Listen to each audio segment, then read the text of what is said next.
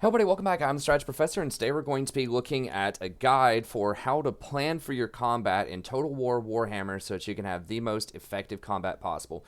This is going to be part of a two-part series, all sponsored by Westworld, so thank you very much, Westworld, for sponsoring this guide. If you enjoy this type of content, you want to sponsor a guide as well, just email me at thestrategyprofessor@gmail.com. Let me know what you have in mind. Just $30. I'll make a guide for you like this about pretty much any topic in Total War Warhammer. I can do guides for specific champions. I can do more in-depth guides for magic or any other aspect of the game that you would like to see. So just email me. Let me know what you have in mind. We can probably work something out. I'll make a video just like this, put it on the channel. It'll help other people out. Everyone will know. You'll get a shout out from me about it.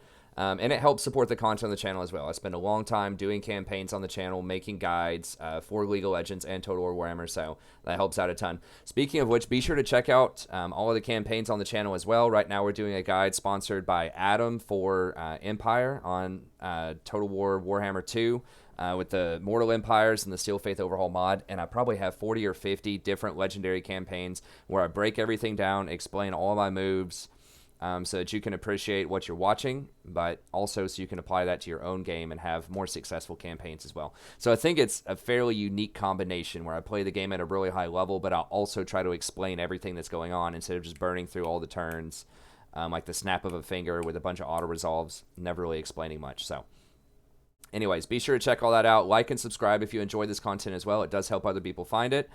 And let's go ahead and get in here. So like I said, this is going to be a two-part series. Part one is sort of planning and thinking about combat before you actually get into the fight itself so that you're ready to go. And then the second part is going to be talking about combat tactics themselves. How do you get those really good flanks? How do you find the right matchups? What are some good little tips and tricks you can do to maximize your ability to micro in combat itself? What are some different kinds of fights that you want to be thinking carefully about, whether it's sieges or ambushes, or just also like countering different types of strategies? What are good compositions? All that kind of stuff. We'll touch on that a little bit in here, but I did want to make it a two-part series. Westworld did donate quite a bit, so I was going to do two different guides for him, one being thinking about it beforehand and then thinking about combat once you actually get in here. So this is going to be beforehand, and then stay tuned. I'll have it linked in the description as well, the second part that's going to come out probably a couple of days after this one releases.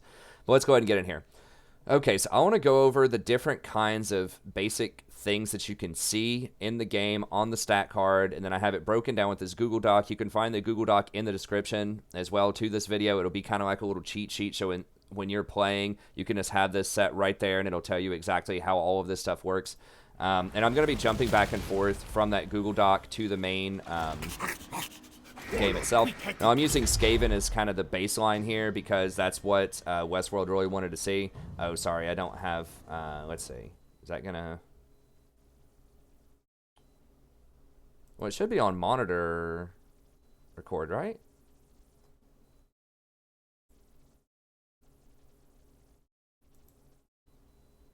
Okay. Sorry about that. Well, I thought we were going to jump in and out. I guess it's not going to do the monitor record, though. If I click on this for some reason. Let me see if it's going to pop up or not.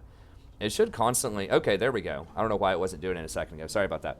But yeah, we're just going to jump back and forth here, and then I'll show you some of the stuff that I'm talking about here, but then the Google Doc is also going to spell it out with some good numbers in there for you as well. We're basically just going to go down this stat card and just talk about these different abilities, and then I have kind of like things that people sometimes don't think about.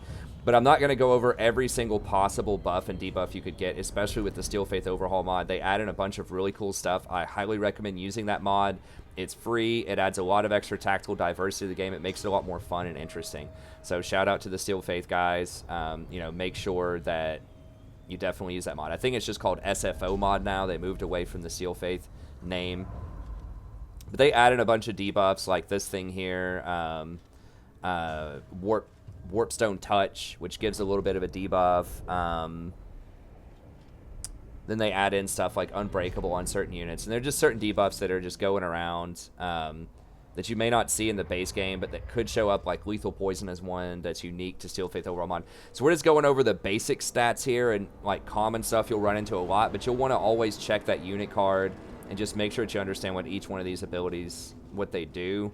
And I think that most of them are pretty self-explanatory, except for the ones that I'm going to cover here. So let's look at that real quickly. Okay, so one of the important things that you want to look at when you're going through this is what is the entity size? So is it considered a small unit? Is it considered a large unit? There will be a little icon that'll show you, and this is important for different kinds of considerations in the game. Basically, the most important thing to think about is it considered a small unit or a large unit? Because some units are going to get a bonus against small, and some units are going to get a bonus against large. So if we zip back in here real quickly, we can see that the clan rats are considered small because it will have a little small looking thing there right on them. And so that means that units that get a bonus against small, so like right here, it'll have a little sword. It says bonus versus infantry. That's anything that's considered small, not just infantry proper, but this could be like little like hounds or something like that. You know, chaos hounds or vampire hounds or something like that that might attack you that's still considered small. So anything that's infantry, even if it's like a bow, a missile unit, it would still get the bonus against bows because it's thinking about their size, not whether they're technically called infantry units, okay? So it's all determined on whether these bonuses are determined on the size here. So you can see this is small, this is large, so it's going to have a bigger looking entity size. So that means that this is going to take extra damage from spears. So if we look at halberds, spears and halberds here, it'll say bonus damage versus large 20. Now what that is, whenever you see a bonus, that is bonus melee attack, which we'll talk about that here in a second, and it's bonus armor piercing damage. So that means if the halberds were attacking rat ogres in this instance, then they would effectively have 64 melee attack, and they would be doing 60 weapon damage, which would be broken down as 15 weapon damage and then 45 armor piercing damage, okay? So that's the number one thing to think about is this unit considered large? Is it considered small? That will heavily weigh into how you want to use that unit. Whether you feel comfortable running them into spears is a big question, or whether you want to use them against large things like cavalry. That'll come into play more as well when we start talking about the tactics. But that's number one that you want to look at, because sometimes it's really obvious whether a unit is large or not. Sometimes it's not so obvious with some corner cases, but that's an important thing to look at. Another thing to look at is the unit entity counts. This is how many units are in here. So you can have anything from one entity, like a hero, a lord, a giant, you know, those type of things. You can have stuff that's kind of in between, like small entity count, like rat ogres will have 10. Some things like demigryph knights, I believe, have 24. Some things like there are some like chaos units. I think chosen might only have 40 in there. So that's important to think about how many entities are there in this. So that combines with how much HP a unit has, but it can have dramatic sort of differences there. So let's look at this again really quickly. Like this is going to have 12,000 health, but that's all on one unit. The entity unit size is 1, right? Versus if we look at something like Skaven Slaves, that has 13,000 health, but the entity or size is 280. So this can come into play in a bunch of different ways, right? So the number one thing is large units are always going to have their maximum effectiveness as long as they're out there. As long as this guy's alive, he's always swinging for 650 damage no matter what, right? And he gets a large bonus, you know, against large units. However, as larger entity sizes, as they start taking damage, they lose some of their combat effectiveness. So if all 280 of these units swing, you know, they're going to be doing a total of 280 times 18 or whatever damage, which is a lot. If every single unit hits on every single swing, that's going to do more damage than the rat ogre will over time, right? Because this is only doing 650 damage. Whatever that number is, you know, 280 times 18, it's probably like, I don't even, like 4,000 to 5,000 damage. So that sounds like, whoa, this does way more damage. But the thing that you have to keep in mind as well is that not all of these units are going to hit all the time. First of all, once they start dying off, then they're going to start doing less damage over time, whereas that abomination is going to do full damage all the time. Also, you know, all 280 aren't going to be on the front line swinging every single time. With these large entity sizes, a bunch of units are going to be standing around doing nothing most of the time because they can't find the surface area to attack people. So when there's like an infantry line, you might get like maybe optimistically half of these units attacking at any given time. Hey, thanks Jag, or Jage. Thanks for the sub, I appreciate it. You might get some of them attacking, but they're not all going to attack. So similarly, with a large unit, they can't all attack you at the same time. So if you were to run this into Skaven slaves, because it's only a single entity, they might only be like somewhere between 10 to 15 units that can actually physically get around this guy to attack him. Because most infantry that are not halberds are only going to have a range of 1, which means the back line can't attack at all. So if you have one of these large monstrous units and a bunch of swords, you know, a very, very small portion of those swords are actually going to be able to attack them. So it looks like, oh my god, these Skaven slaves would completely wipe out this abomination because there's so many more doing all that damage, where that's not entirely true because most of them won't be able to hit him. So that's where entity size comes in. These are also going to be a lot more vulnerable to things like artillery and missile fire, because it's much more likely that some of them are going to get hit, right? If you got mortars trying to attack, you know, something like this, the Hell Pit Abomination, they're going to have a harder time hitting them just because there's not as much surface area to hit. Same thing with missile units. Now, this thing is very large, so missile units are highly likely to hit it. But just in general, these are more likely just to get hit by spells, get hit by missile units, and they're going to take casualty as time goes on. So entity size is important. You want to keep that in mind. So in general, smaller size means there's less surface area to attack, and they're going to have more sustainability, because they, you know, any spells that give them like bonus armor, bonus healing, bonus damage, all that stuff is going to be very effective. So it's more reliable damage overall, but it's less potential damage. So if you do get that full surround, if you get a lot of surface area with some of those larger entity units, you can do a ton of damage and really crank it out. But you got to fight to get those flanks, to get that surface area, which we're going to be talking about in the next video about tactics. But yeah, and as I just said before, the effectiveness of those spells and AoE abilities is going to be much less effective against smaller entity units. So like those Demigryph Knights are going to have like 12,000 health. There's going to be 24 of them in there. So that means that each one of them is going to have like maybe 5,600 health, 5,000 or 500 or 600 health apiece, I mean to say. And so they're just not going to get blown up as easily by things. Versus each one of those Skaven slaves, there's 280 in a stack. Each one of them is going to have like maybe 100 health or something like that. Less than 100 health each. Like probably 10, like 50 health each. Something like that. So anyways, lower entity in general, I think is usually going to be better than higher entity. And just keep in mind, at the end of a battle as well, a unit replenishes all of its health for every entity that survives.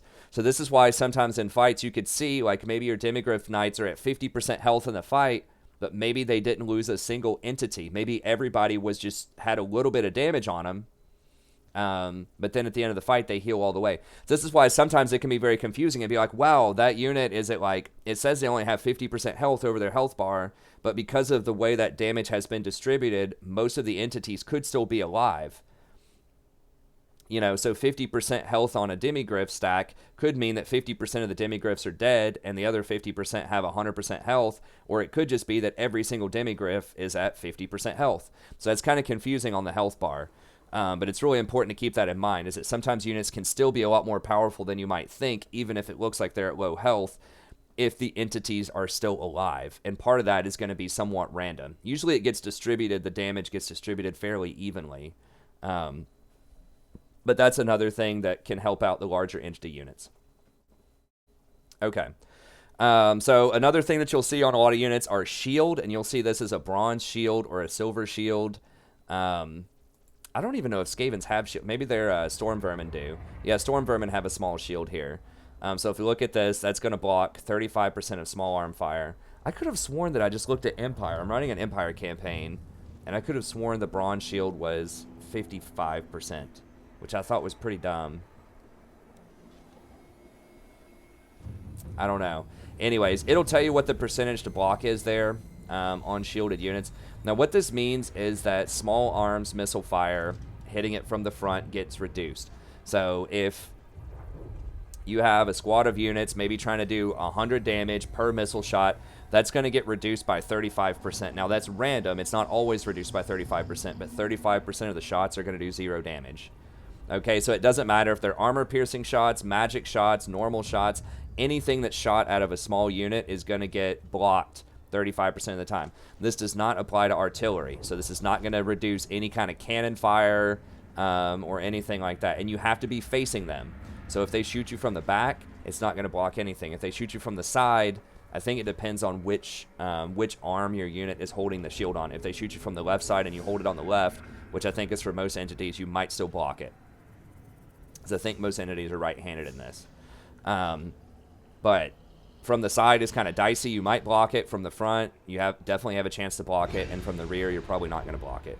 This is why it's particularly bad to fire into your own units. So if you have like missile infantry behind your own units and you fire in your own units, it's really bad because you're going to hit your own people in the back. So they're going to have no chance to block it with their shields. But the enemy, even if you're firing into them, they're going to have a chance to block it. So not to mention just positionally, it's much more likely to intercept your guys because your guys are body blocking for them. But it's doubly bad because they get to use their shields and you don't. So it's really, really bad to fire into the backs of your own guys.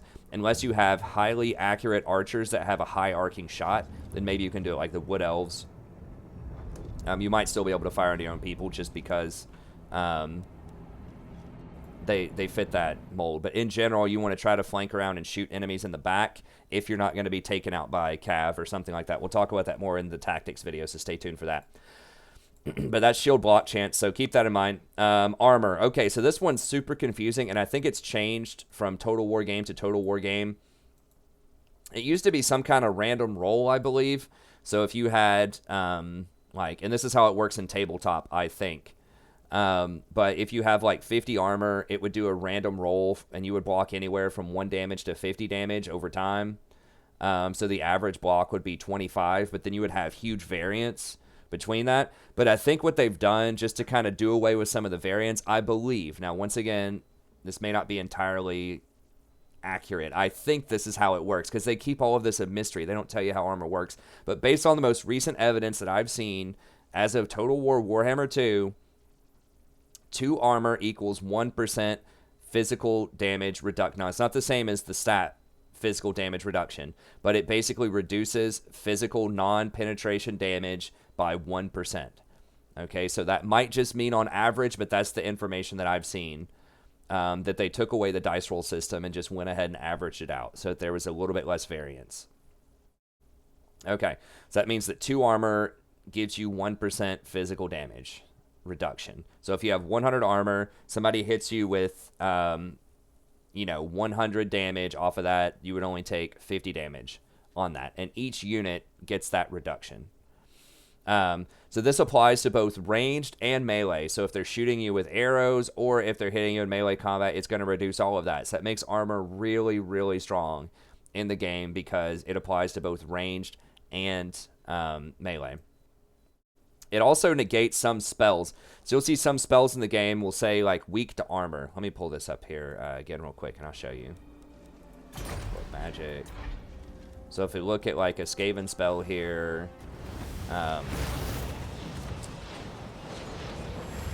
maybe this one is like a Scorch.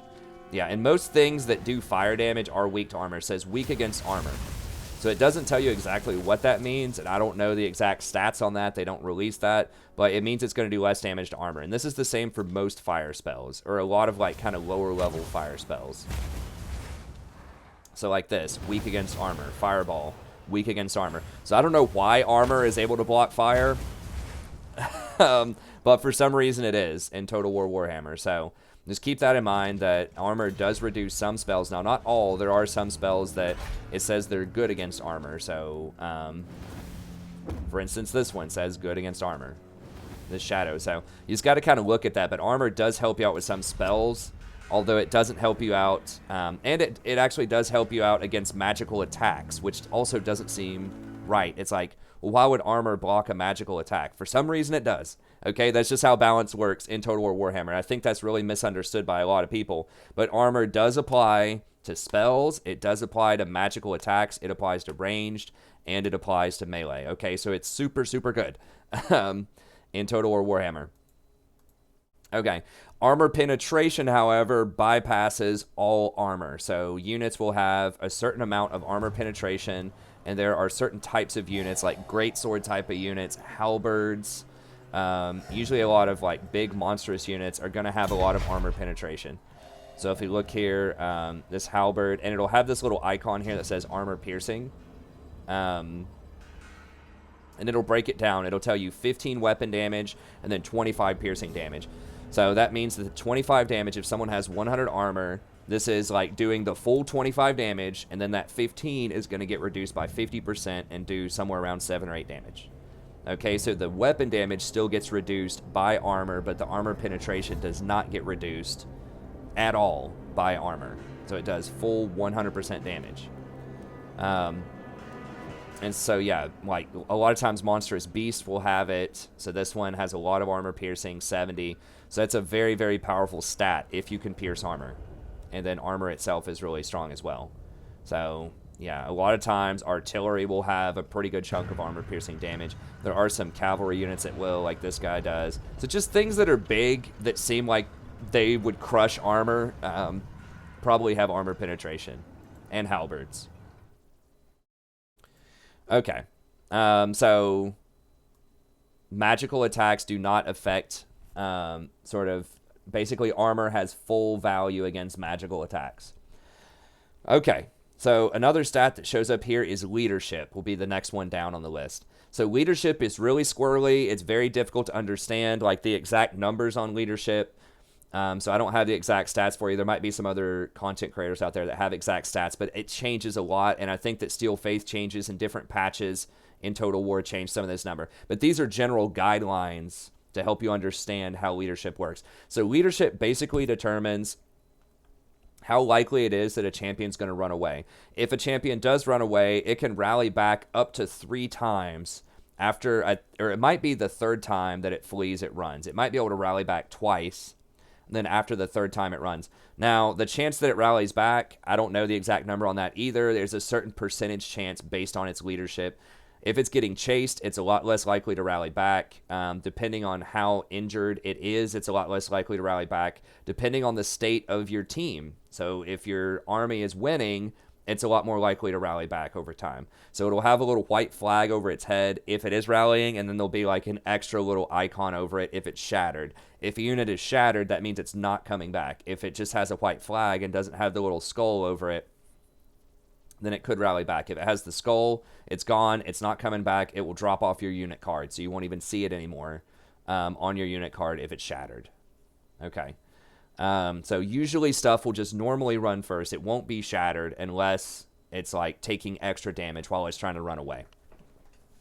So that means it's beneficial to you if there's an important unit of theirs that starts running and you can afford to do so, if you can keep pressure on it so it doesn't rally back, if you can chase it down with some light cavalry or keep shooting it with some missile units or something, then that can help out.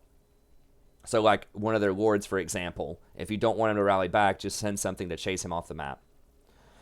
But here are some different penalties to leadership. So in general, if your leadership reaches 0, a lot of times you're going to break. Now you might break before that, but once you hit 0, that's usually the point where you're definitely going to break.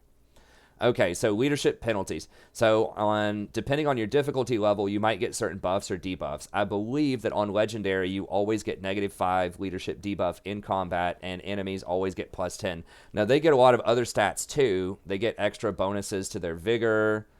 They get extra missile accuracy. They get a lot of stuff they don't tell you about whenever you play on Legendary. So we're actually very hard. Like the highest the combat can get is very hard. So if you play very hard difficulty, that's the same combat penalties as Legendary. Legendary just has a lot of additional campaign management penalties, like extra public order, extra taxes on additional armies, I think extra diplomacy penalties, all that kind of stuff. Okay. But difficulty does affect it, so, you know, just there's probably a difficulty chart out there somewhere. But I know for Legendary, I'm pretty sure it's -5 for you, -10 for the enemy.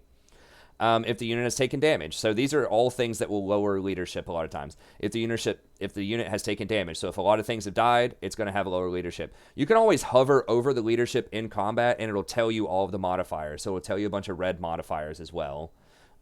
If you hover over that unit and you're wondering like what its leadership is. It'll also have a bar. So if you click on the unit card... Now, it's not going to tell us this because we're not in active combat. But if you just, I'll show this in the tactics video. If you press I during a fight, it'll pull up the their card, and you can see what their leadership is, and it'll update you. So it'll tell you, you know, that it has 5 leadership, and then if you hover over it, it'll say it has, you know, -5 for this, -10 for this, -10 for this, -5 for this. It'll tell you everything that's giving it a negative leadership. And then, but if you just look at it at a glance, it'll tell you what its current leadership value is after all the calculations.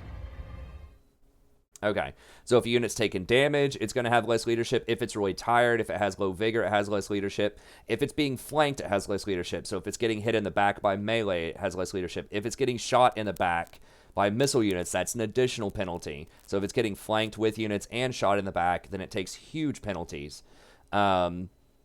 And that is, you know, we'll talk about that in the tactics video, but that's why it's so strong to charge people in the back, particularly with fear or terror-causing infantry or monsters. Is very, very powerful because it's going to cause a leadership penalty. They're going to get the fear penalty. If you can shoot them in the back as well with missiles, they're going to get an additional leadership penalty. They're going to take a lot of damage off the charge. We'll talk about charge bonus in a second, so that'll cause additional penalties. And then they're just a lot more likely to break if you hit them in the back with stuff like that. If the general is dead, so if a general dies on the field, that causes a huge penalty to leadership as well. If any other units die next to you, if they're taking sustained damage, or if they're running, so if one unit starts running right next to a unit, the unit that isn't currently running is a lot more likely to run. So it lowers the leadership if people see their allies running away. Your overall army, if your overall army has taken a huge hit to their leadership, or and is taking a lot of damage, then you're more likely to run, because people are going to notice you're losing. There's people dying everywhere. You're going to be a lot more likely to run as well. Fear-causing units. We'll talk about fear in a second. But fear, I don't remember how much the leadership penalty is precisely for fear. It might change based on the mod and the patch. But I think it's somewhere near like 10 or something like that. But fear-causing units drop the leadership of everything nearby if the unit is not immune to fears. This could be the specific thing that says immune to psychology, which is a stat that you can see on there, or if a unit causes fear, it will not be scared of other fear-causing units. Terror is like an upgraded fear, so terror-causing units also cause fear, but they can make things run faster. So leadership doesn't have to go to 0. I believe if it dips at 30 or lower, then there's an increasing chance that a unit will be terrified and run away. So terrified units always rally back at a certain point if they're not under additional pressure. So a terrored unit usually flees for, I think it's like 5 seconds or something. It's somewhere thereabouts. And then it will automatically rally back if no one else is chasing it or fighting it. But that can be really frustrating if there's like a huge terror-causing unit and you like flank some units in the back, hit them with the terror-causing unit. Then it can force everybody to run away. Because then once one unit starts running, even if it's only temporary from the terror-causing unit, then a bunch of other units are also likely to run. It lowers their leadership, then they're going to be terrified. There's actually a strategy that was really annoying in multiplayer years ago, and I don't know if it's still there, but if you go for death magic, they have something like that you can cast. I would call this terror bombing when I used to stream and do multiplayer. They would do this AoE leadership debuff to you, which would lower your leadership by like 20 or something like that, and then they would try to charge you in the back, and then they would do this AoE spell that gave all of their units terror, and it was highly likely that your units would run if they were low leadership units. Back in the day, Bretonia was a super low leadership faction in multiplayer, and so a very common tactic is if you went Bretonia, then they would go something like Vampire Counts or Chaos, and they would do that, where they would lower your leadership, charge you in the back, and cause everybody to cause terror, and like your whole line would just run away at like 50% health or something like that because their leadership was so low. But anyways, that's how that works. Certain spells, abilities, and campaign mechanics will increase or decrease leadership. So you can get certain skills that increase leadership. If you win a lot of fights, you might get something like Brave Attacker trait or something like that. Whenever you attack, you get a lot of extra leadership. Units, as they rank up, as they get more chevrons and experience, they usually gain more leadership.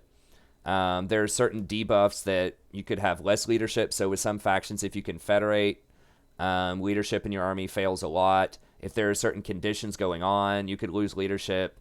Like if there's a lot of corruption or lack of corruption, I think that might affect leadership. I know that, for instance, in the Empire campaign that I'm doing, because Empire has lost several of their provinces due to just like chaos taking over a bunch of stuff in vampire counts, then I'm getting a faction-wide -10 leadership.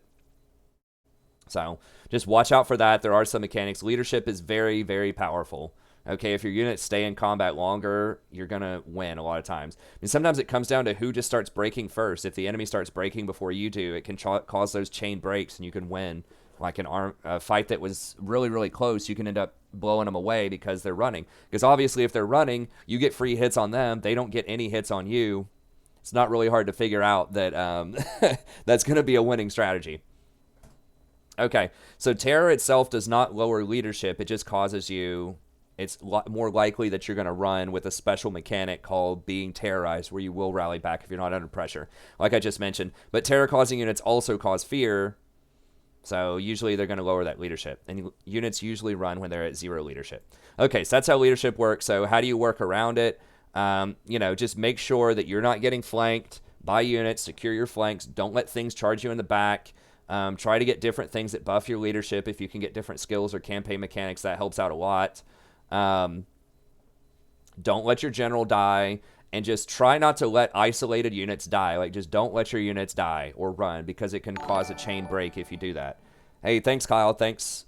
I appreciate it. Now, some units in particular factions that are swarm type of factions, like the Skaven, we'll talk about faction traits here in a second, but they will be called expendable. So that's this little icon that was added in. I think the base game added it, and Steel Faith expanded on that. But if these units run, it doesn't affect the leadership of other units because they're intended to be fodder.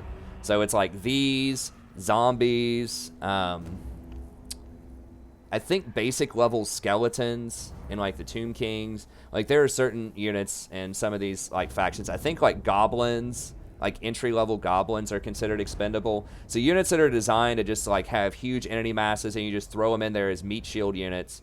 Like it says right here, just have a ton of health and they're just supposed to soak up damage, then they will not cause other units to run. But if it doesn't have that, then it's going to give a penalty to other units if you're running. Okay. Sorry, it kind of goes black screen for a second when I transition between scenes here, but... Okay, melee attack and defense. This one's also confusing, but this one's easier to understand once you get the gist of it. So basically, the basic chance for a unit to melee attack, hit another unit is 45%.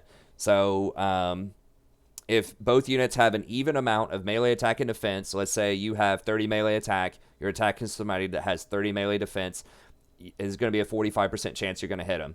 However, this gets modified if there are any differences in melee attack and defense by 1% per difference. So, for example, if someone has 45 melee attack, they're attacking something that has 30 melee defense, there's 45 more melee attack than defense, so the hit chance would go up by 15%. So that'd be a 60% chance to hit in that case. So it's not too hard to figure out. You just figure out the difference in melee attack and defense, and then just whatever that number is gonna, you just add that or subtract that from 45%. If it was the other way around, if you had 30 melee attack and you were attacking someone with 45 melee defense, it would be minus 15. So then it would go from 45 to a 30% chance to hit. Okay, and the maximum is 85%. I believe the minimum's 15. It might be 10%. They've changed it around, but it's one of those. It's either 15% or 10%. So what this means is that like melee attack is really good to a certain extent, but if you have more melee attack, then it's going to be overkill. So if you're attacking a unit that only has 15 melee defense and you have 80 melee attack, you're going to get the modifier of an additional 65% chance to hit, but it's capped out at an additional 40% chance to hit. So you're wasting a stat on that. So if you already have a unit that's super elite in terms of melee attack, then you're kind of wasting your time, especially with charge bonuses. We'll talk about the charge bonus in a second. But particularly on cavalry, melee attack is not as important. It's okay, but you're already going to go way over that cap whenever you charge them because of your charge bonus most of the time. So it's usually much better to get either weapon damage or to get defensive stuff like armor or melee defense or something like that. If you're charge cycling properly, the melee attack, you're going to be over the limit a lot of times. But yeah, that's how you add that up. That's how you figure that out. Okay. And then we have weapon strength. So Basically, like, if you're thinking about units like dwarves, for example, the reason they're so hard to kill is they have really heavy melee attack, or melee defense, rather, and they have very heavy armor. And so, you know, if you're thinking, okay, I'm only going to have a 30% chance to hit this unit, if they have 45 melee defense and I have 30 melee attack, it's like, okay. And then you also have, it's going to get reduced by armor. So if they have 80 armor, and you have virtually no armor penetration, then they're going to block 40% of that damage. So if you're attacking them, and you're doing like 100, and that stacks multiplicatively. So if you would normally do something like 100 damage to them, which is a lot, but if you have like 100 weapon damage with no penetration, you're only going to hit 30% of the time. So that's going to take it down to 30 damage average on hit, and then 40% of that is going to get blocked from their 80 armor. So then you're only going to be doing 60% of your damage, which would be 18. So normally you might start with 100 damage, but really you're only going to hit them for 18 on average, because you're only going to hit them 30% of the time, takes it down to 30, and then you're only going to be doing 60% of that damage getting through the armor. So that's why it takes so long to carve through things like dwarves. A lot of them also have shields, so even if you're firing on them, like if you're using missile fire, and they have a silver shield or whatever, that's going to block 55% of the missile fire. Even if you would hit them for 100, same drill, right? It's going to be reduced by 55%. It's going to take it down to 45, and then 45, you know, with that armor, if you have no armor penetration, is going to get reduced down to whatever the number is, something in the 20s.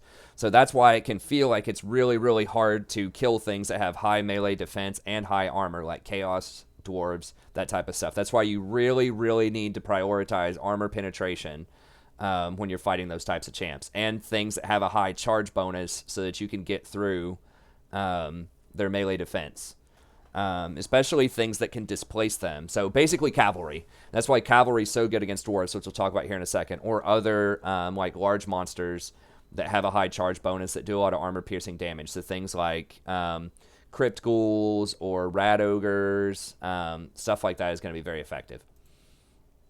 Okay, weapon strength. So this is the base damage in combat that you do, okay? So there's normal melee attack is going to be reduced by armor, by that percentage. The armor piercing, which we talked about before, is not reduced by armor at all. But it is reduced by physical resist, which we'll talk about here in a second. So melee defense negates normal and piercing damage equally. So that melee attack is going to block piercing damage, or the melee defense is going to stop piercing damage and normal weapon damage at the same rate. That's not modified at all. Some attacks will have AoE damage, so it'll say things like attacks multiple targets or something like that. So that usually applies to monsters and elite sword units. So like great swords have that, sword masters of Hoeth have that. So a lot of like high level swords will have area attacks. So that means they're going to hit multiple targets with every swing. So Creative Assembly doesn't tell you the numbers on that. It doesn't tell you how many entities you hit. It doesn't say how that damage gets split up or modified. But you can see this if you look carefully, right? So something like a giant swinging is going to hit a bunch of different units, right?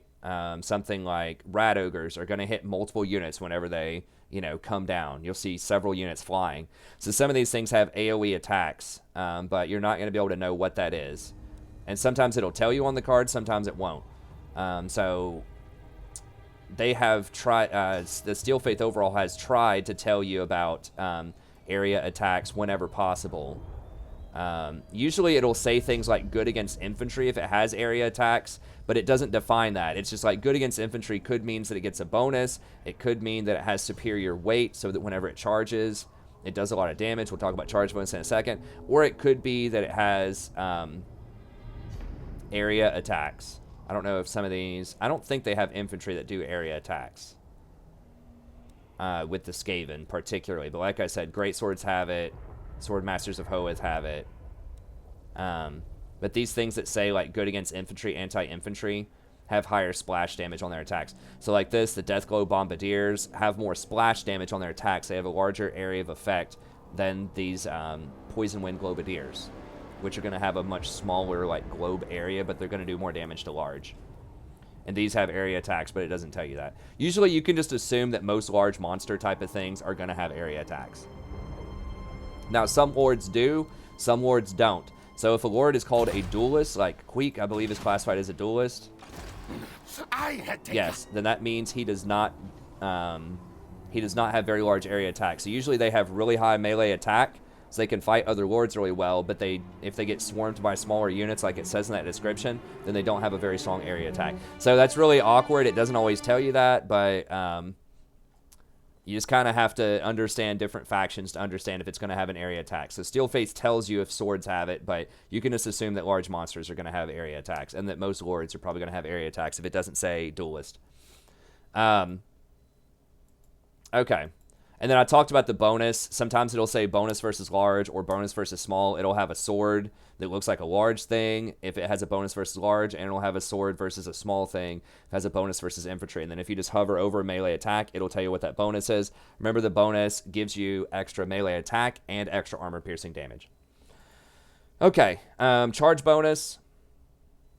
I knew this video was going to be long. That's why I made it a two-parter. So hopefully you buckled in, but I'm trying to be as thorough as possible here so that you really understand how to plan and figure out what sort of tactics you want to use with different factions. Charge bonus is bonus melee attack and armor piercing damage. So whenever you charge, you get this. I believe it's for 10 seconds with diminishing returns. In some past Total War titles, I think it's been 15 seconds. But I believe it's 10, and I don't know the rate at which it diminishes. But you get the full effect early, and then slowly it like scales back to not be any bonus at all over 10 seconds. So if you look here, this has a charge bonus of 10. So that means that it doesn't get any extra damage when it charges. But things like monsters, infantry, and cav are going to get much larger. So this has a charge bonus of 50. So that means whenever this attacks for the first 10 seconds, it's going to get 50 extra weapon damage and 50 extra melee attack. Now that falls off over 10 seconds, but after 10 seconds, it doesn't get anything anymore. So one thing that you want to do with cavalry or some of these large monsters is you want to charge cycle, is what they'll call it.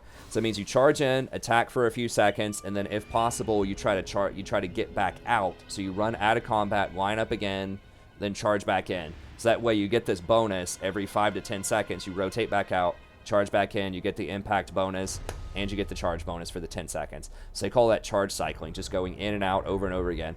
Really important to do with shock cavalry and if your faction has any chariots. Because a lot of times these things that have high charge bonuses have pretty low base stats. So this guy only has 37 melee attack and 20 defense. So he's not going to be very good if you keep him in combat for very long. He's only good off of that charge, and that's how most cavalry operate as well. This guy's going to have 25 charge bonus. That's actually not that high. This dude has 25. This has 50, so pretty decent. So Skaven are not really known for their super powerful charges, but there are some things out there, like some Bretonnian Knights, some Chaos Knights, Dragon Knights. Some things out there, can have 70, 80 charge bonus. They can really hit hard off the charge. Okay. So it applies on hit. So whenever you first hit somebody, I believe off the charge, you get one free attack that's going to automatically land. And then it also does a certain amount of damage based on their mass. And it does not tell you the formula on this. But certain units are going to do way, way more damage. Just basically, if the thing is really heavy, it's going to hit people hard. And you can see this too. Like, units will go flying, especially small units that don't have a lot of mass. So if you run a bunch of rat ogres into, like, zombies, the zombies are going to go flying. And they're going to take a ton of damage off those rat ogres. But if you run a bunch of rat ogres into a dragon, the dragon's not going to go flying anywhere because it weighs more than the rat ogres do, probably. So there's not a great formula for this. But just keep in mind that this, like, that mass is related to the charge bonus, but it's not always the same thing as the charge bonus. Because there are some units, it's kind of rare, but it can happen. Some units that are lighter that actually have a nice charge bonus. Right, and there are some units that are very heavy that do not have a good charge bonus. So, for example, some Berserker type of units out there might have a really high charge bonus. So if you think of, like, Norska Berserkers, when they charge in, they're going to have a heavy charge bonus, but they don't weigh anything hardly because they have no armor on, and they're not very fast. They're kind of fast, but it's not the same as cavalry. So they might have something like, maybe 40 charge bonus.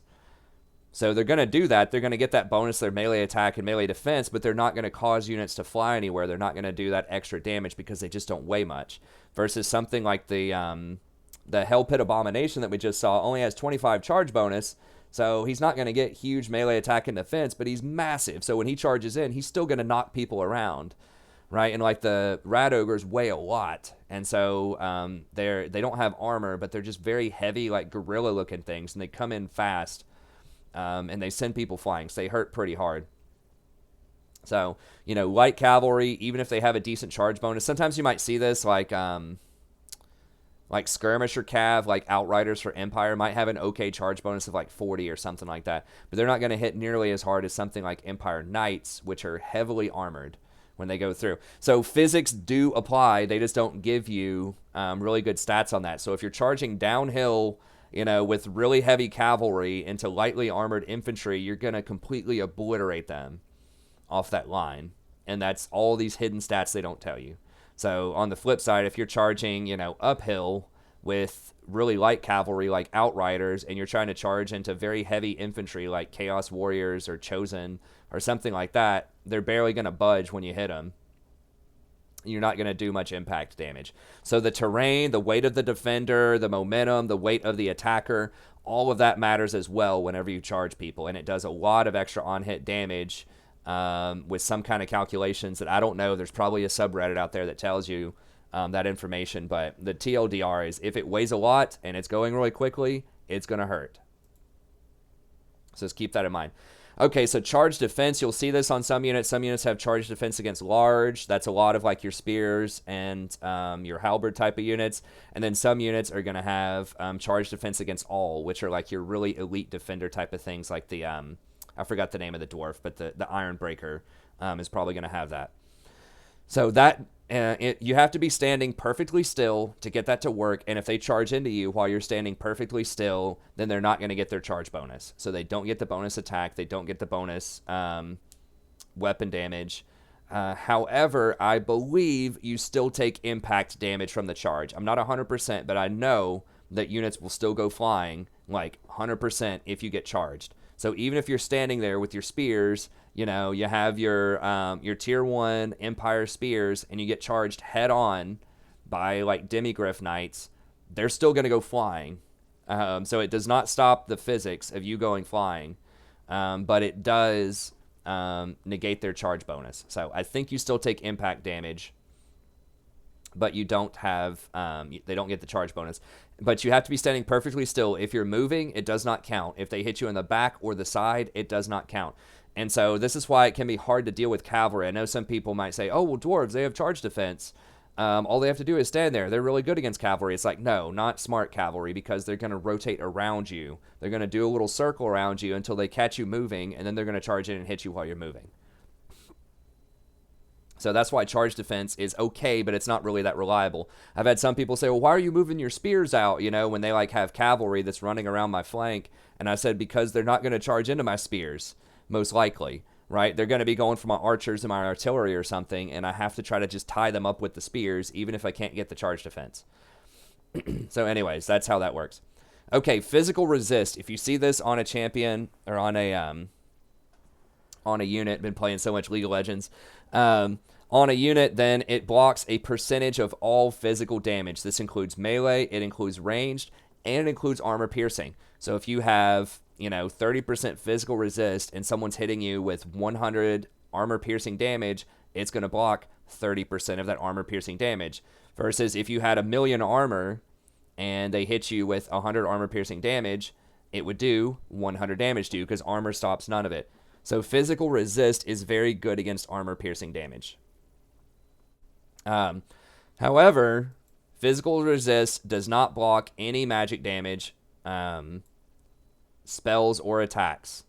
So remember that armor does reduce magical attacks. So if someone has magical damage and they're, supposed to hit you with 50 damage, that's a magical attack, but it has no armor piercing on it, it's still going to get reduced by the armor.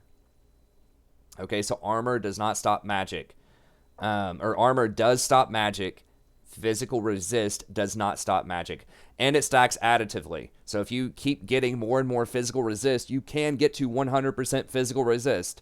And is that difficult to deal with? Hell yes, it's difficult to deal with. Go look at my Vampire Coast campaign and just how overpowered the the ethereal, whatever they're called, the singers, the wraiths, that you can get with them. They're almost impossible to kill. Like, if people don't have magical damage to cut through the physical resist, those things can sit there and face tank even the most elite units forever. Like, I got attacked by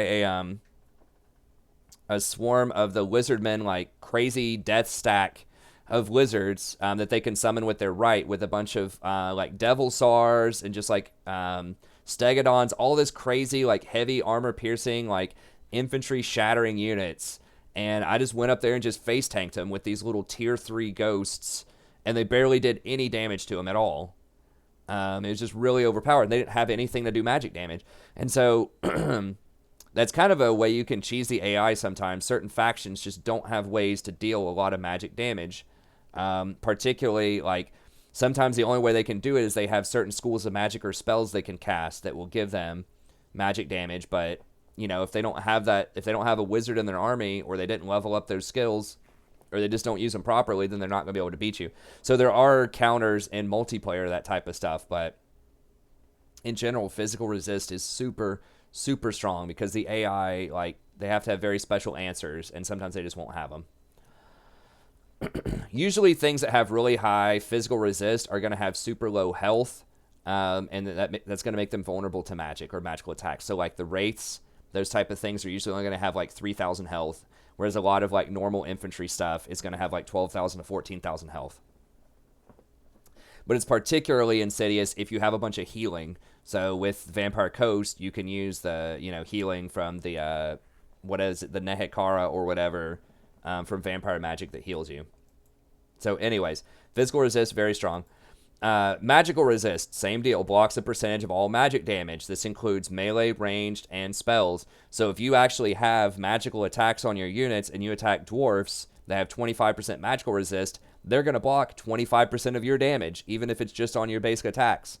So that means, you know, and this can kind of be a problem if you play like the Savage Orcs with Wurzog, because he has a thing that gives all of his Savage Orcs magical attacks, which is great against other Savage Orcs because they have physical resist, but it's terrible against dwarves because they get an extra 25% reduction on all of your damage.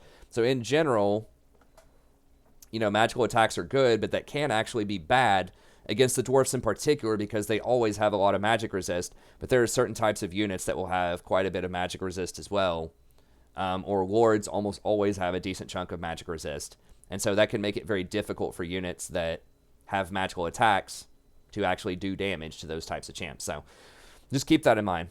Missile resist, same deal, blocks a percentage of all range damage. So this does include, kind of like the shields, it does include, you know, just your standard bullets or bows or things like that. However, it also applies if you get shot in the back or the side. It always works. You don't have to be facing a certain way because of the shield.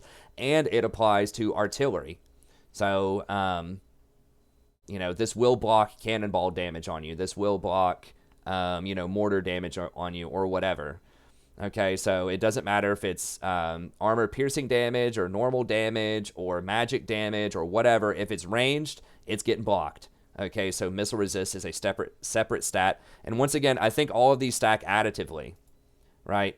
So if you have missile resist, physical resist, ward save, and armor, you know, on something, and they're trying to fire on you, you know, you're probably going to take no damage if you're like if you're that resilient to everything.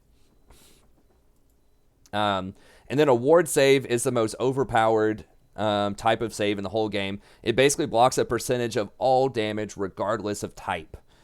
So, and I believe it does stack additively. So once again, if something has 20% ward save, 100 armor, and, you know, 30% physical resist, you're probably not going to hurt it with physical damage most of the time. So ward save is extremely rare on units out there. There are a couple out there that have it, like the super heavy, you know, type of units might have it, but it's usually something you can get on wards through items. Okay, vigor. Damn, this is already getting like really, really long just talking about the stats here. I wanted to talk about more stuff. Maybe I need to make this a 3-part video. So maybe I can just make this one just talking about stats, and then I can do another one that is, I think that's what I'm going to have to do because I don't want this to be too long. So I guess this is just going to be like a stats video.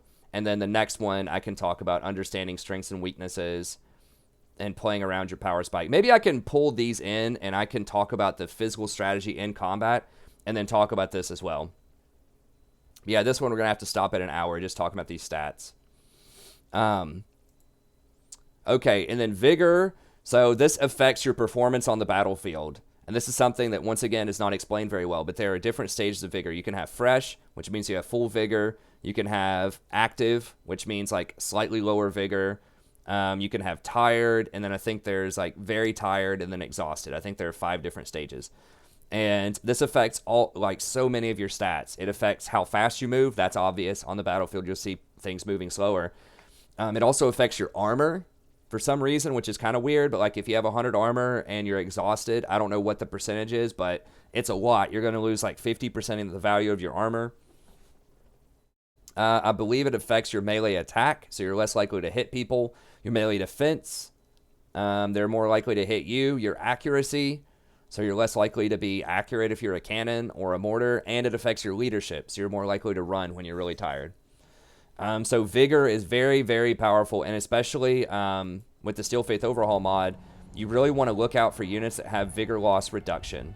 So these are going to be like supernatural units or like really elite type of units might have vigor loss reduction. I thought there were some things that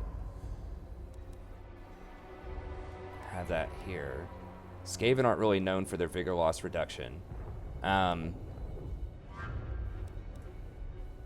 Okay, these have it. So like Death Runners, like light units, assassin type of units, you would highly suspect that they would have vigor loss reduction. So it's less affected by fatiguing actions. Some things have perfect vigor, and that's really overpowered because that means they can just run around all day and not worry about vigor at all. So those are like, I think ethereal units have perfect vigor, which makes sense because they're ethereal. That's another reason they're overpowered. In general, certain kinds of like really elite knights I think can have perfect vigor, like some Bretonnian knights can have perfect vigor. But perfect vigor will look like this, but green. That's pretty rare. But some of the more elite type of cavalry units will have perfect vigor, especially like monstrous cavalry can have perfect vigor. Like the demigryphs I know have, or like strong vigor. Demigryphs have strong vigor. And yeah, usually some lightly armored units, particularly skirmisher type of units, will have strong vigor. I don't think anything else does. So the Skaven don't have a lot of it, but certain factions will have more units with strong vigor than others. But yeah, you want to try to get your vigor. Any skills you can get, or techs, or just any way possible you can get vigor loss reduction to give your units more vigor is going to be really powerful. Fear lowers leadership. We talked about that a lot. Terror lowers leadership. And then range is the final stat that I'll talk about here. Most units have 1 range. There are some units, particularly halberds, that have 2 range. So what that means is 2 rows of halberds can attack. Now for Skaven, I think that's an exception. For some reason, Skaven halberds only have 1 range. I don't know why. But other things like Blackguard of Nagorond, you know, it's pretty much any other halberd in the game except for Skaven halberds are going to have that. So that means if you have 100 units and it's 2 rows of 50 with halberds, that means all 100 of those units can attack. Now, I'm not sure if that's only against large units. That might actually be in normal melee combat, which makes sense because they have a really long pole arm, right? So they should be able to attack in multiple rows. But that's why halberds are so strong against, that's part of why they're so strong against large monsters, is because normally when you surround the large monster, you can't get much surface area, right? Like I mentioned before, there's just almost so much, there's only so much space around that dragon if you have swords. You know, the other people aren't going to be able to swing their swords on the back line. But with the halberds, if that dragon gets surrounded, then almost all of them are going to be poking in because they're going to have 2 range. So that's part of what makes halberds particularly devastating for large monstrous units, is because they have 2 rows. Usually they get a large bonus against large, and they have heavy armor-piercing damage. They are very, very good at taking down large monsters, halberds are, as you would expect them to be. So anyways, okay, that's going to be it for this video. I thought I could get through some of these stats a bit faster, but there are so many little like tips and tricks that you need to know about these stats to run an effective combat, to have really effective battles, and CA is just not transparent at all. about these things. So I just wanted to go down and talk about not only what did the stats do, but how does that imply what you should be thinking about when you're trying to find good matchups. So stay tuned for next time. I will overall talk about some of the strengths and weaknesses of the factions here. I guess, yeah, we'll just cover them next time. We'll talk about the strengths and weaknesses. If you want to see ahead of time, you can access this Google Doc, but we're just going to go ahead and cut it off because I really don't want the guide to be much longer than an hour. It tends to scare people away. And then we'll talk about, playing around your power spike, thinking about magic, and then we'll talk about actual combat in the next video. So this might end up being a 3-part video series. We'll see if we want to talk about this and then go down to talk about this and this. But I do definitely, in the next episode, want to talk about how to actually fight on the combat field. So how to get really good flanks, how to put your units into control groups, how to find those good matchups, how to think carefully about what your army's trying to do and how you can accomplish that purpose. So stay tuned for that if you want to know like how to get those really good tactics in there, how to improve your performance on the battlefield. I'll have lots of tips for you there, including, like I said, the hotkeys and thinking about matchups and just micromanaging your units well. But anyways, that's going to be it. Thank you very much. Have a good day. If you enjoy this content, don't forget like and subscribe. Special thanks to Westworld for sponsoring this guide. Remember, if you'd like to sponsor a guide yourself, it can be topical like this, like combat. I could do something about magic if you want that, or I can do specific factions. I do have a Skaven guide in depth, so be sure to check that out on the main channel. But I don't have guides for any of the other factions out there yet. So if you'd like to see some of those, just let me know. Or if you want me to review a specific mod out there or whatever, I really like the Steel Faith overall mod. But there could be other things I could talk about too. So anything you want to hear about, just let me know. I'm glad to chat with you about it, or make a full in-depth guide. And yeah, that's going to be it. Be sure to like and subscribe if you enjoy the content. Check out the rest of the stuff on the channel, and I'll see you next time. Have a great day.